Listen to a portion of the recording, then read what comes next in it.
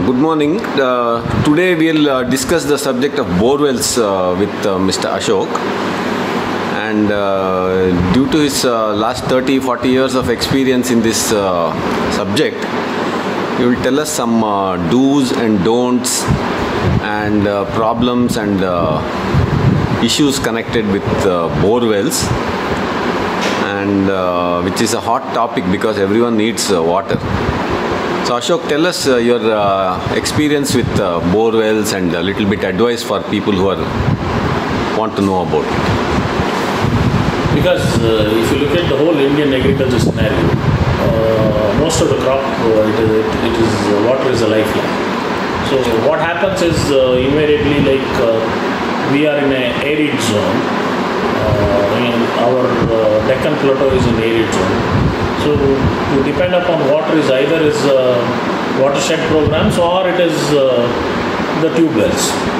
Late 60s the borewell started. When the initial borewell, it was very encouraging because less than 100 feet people were getting water. So many people prospered because they got a lot of water and they could do various cultivation, like they could convert dry land into irrigation land, and in turn they developed a lot of horticulture activities, also sugar cane or more water requirement crops. Water intensive crops. Water requirement crops, water intensive crops. So in the whole process, they could earn more. So this earning more made everybody to chase for more borewells. So if you look at any crops, you take the crops like vegetables or tomato or mango or any fruits, it contains about 70% water. So now what happens with the water is, if you are growing fruit and if you are selling it, virtually you are exporting water out of that place. So once you are taking the water from that particular place and selling, when you are selling the fruit, you are selling that water what you have drawn from that particular area to some other area. So this water is not going to come back to the same place. So in the whole process, what happens, there is a depletion of water table. There's something called water table. In late 60s, it was around 100 feet. Before that, the water was even available in open well. Then later, open well became deep wells. From deep well, it became tube wells. From tube well, then the fast was introduced in late 70s, and from there onwards, all of us, we started drilling 300 feet, 400 feet, 500 feet. Now we are even drilling about 2,500 feet. Now the equation is what you should grow. Ultimately, why you want to grow.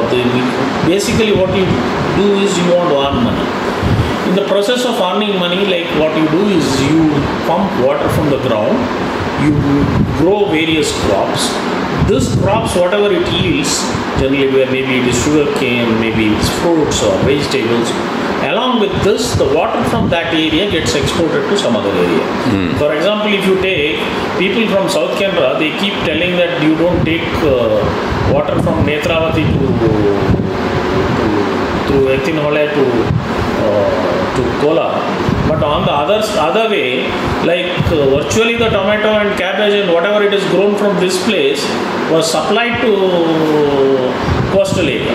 So this water, what happens? Water becomes a part of an agriculture trade. So if it is a water drawn from one particular place, it will not go back to that particular place. This vegetable or fruits, it will be consumed in some other place.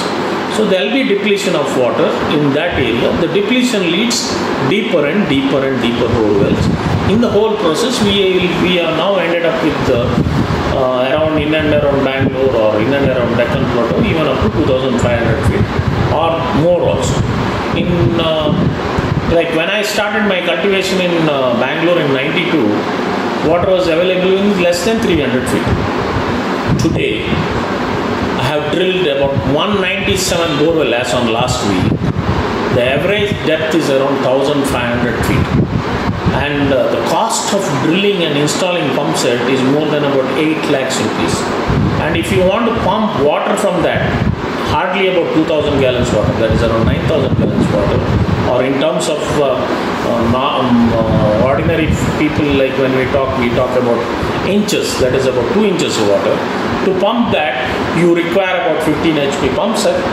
And if you are pumping that water, virtually you are spending lakhs together on electricity. A 15 HP pump, if you want to run for about an hour, it's going to consume something like 12 units. 12 units in the sense, 12 units into virtually it is 6 rupees. But the 12 into 6 is about 72 rupees. Per day, if you run about 15 hours, it's around 1000 rupees plus is the running cost of the pump. Then the maintenance or pumping pipe, keep all that put together, you are spending something like 1200 rupees. So virtually like if you are pumping around 300 days in a year, you are virtually spending more than 3 lakhs rupees. This 3 lakhs rupees water, it can hardly cultivate maybe about 5 or 6 acres with drip irrigation. Forget irrigating that and earning back from regular irrigation. Under drip irrigation, it can cover about 6 acres. 6 acres means it is virtually like we are spending something like around 50,000 rupees per acre as the pumping cost of water, or rather pumping cost of water. Now this is only the pumping cost of water. Now you have to add the cost of the borewell, cost of the pump set. Now invariably the borewell doesn't last more than a year on an average. So that becomes around 5 lakhs rupees. This 5 lakhs rupees on a 6 acre land, virtually it becomes another 85,000 or so, or we can round it off to 1 lakh rupees. So 1,50,000 rupees will be the cost of water per acre per annum on an average. So that means to say, on and on the top of this you have to earn money. Now what is the solution? Solution is, if you can get water on a lower strata, like something like around 300 feet or 400 feet is okay. If you are going for deeper and deeper, and if there is a high rate of borewell failures, in that area it is not advisable to drill borewell for watering the plants. Rather, we can go for water collection, or we can adopt crops which doesn't require irrigation throughout the year, which can sustain and grow and yield with the rainwater.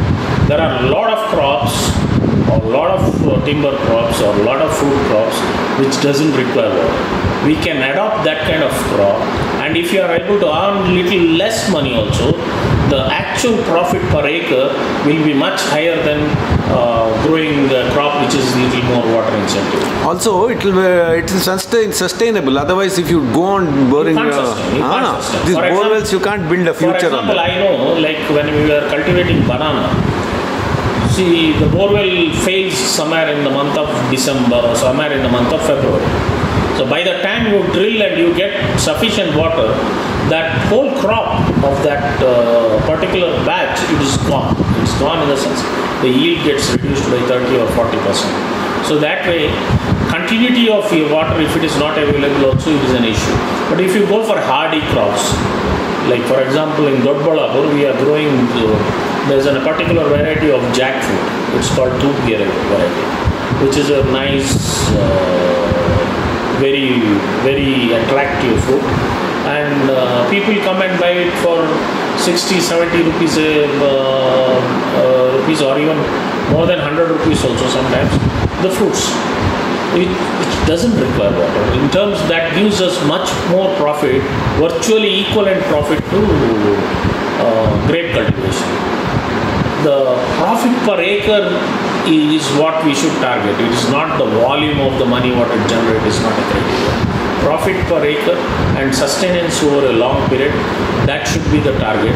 And drilling haphazard borewell and getting water for the sake of boasting that I have water from the borewell and I am irrigating and I am growing such and such a crop should not be a criteria. Rather, we should be able to make consistent profit out of that and have some peace of mind. So in fact, borewell failure is something like, or when you drill a borewell, when you don't get water, it is something like that. You read so well for exam, and when you see the result, like you don't get marks and you are failed.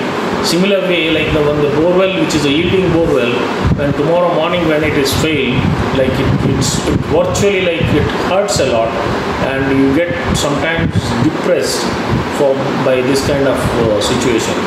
So to avoid that and be happy with less water crops and earn more money. That should be the target in a long run. Probably the more trees can have to be planted and the actual irrigated area has to be shrunk. It is not the question of irrigation, it's a question of earning money for that particular area. For example, let's take 10 acres of grapes or 10 acres of banana. In banana, you may earn about, in 10 acres banana, you may earn about 20 lakhs rupees. But the question is, one crop failure, to recover that, you have to get water for another 2 years. So whereas in a longer term crops, like once you plant, you will have a peaceful life. For example, you take avocado, or you take jackfruit, or you take mango. There are a lot of crops, even timber crops like silver oak, or maybe some other silviculture crops. That has got a lot of advantages, and it doesn't demand water so much. And whenever water is available, like it will grow on its own, and it yields quite simple.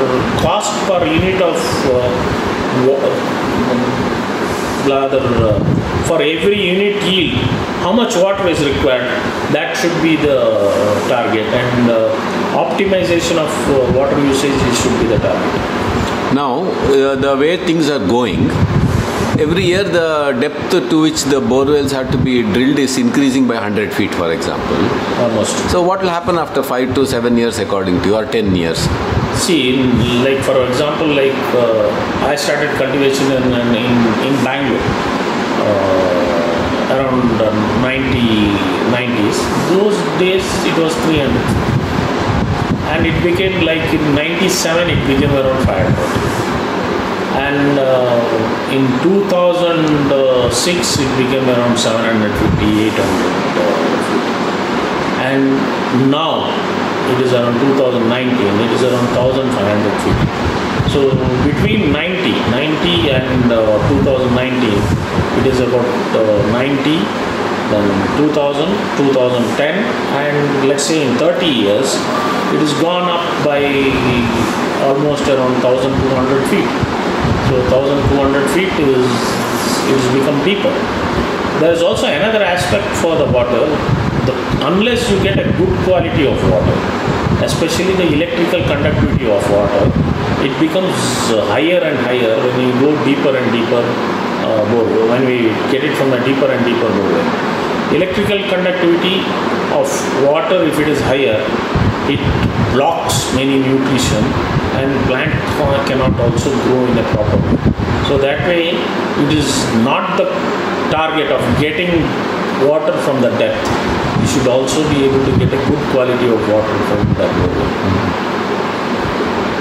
So it is going to be a tougher days yet, and definitely water is going to be very critical in agriculture.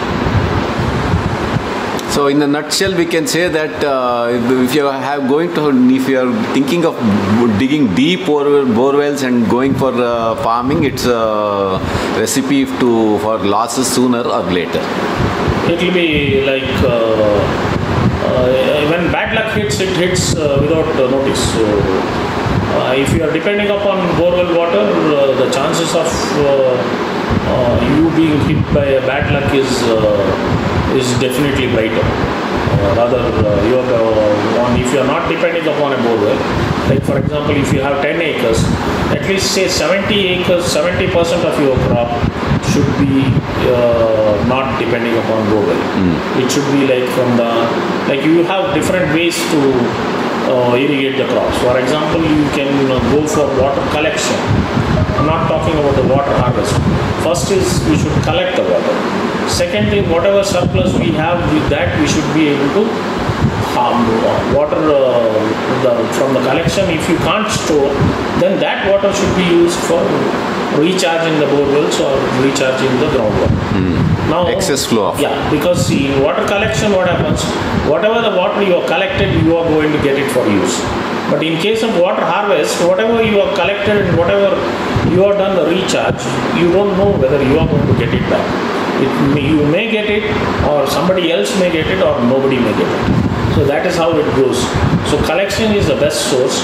Like today, because of there are a lot of technology like polythene sheets that you can have a LIDP lined tank which can comfortably hold few lakhs of liters of water, and that can be judiciously used for the non-rainy season. So there are a lot of methods. Without borewell also you can irrigate the crop. Thank you.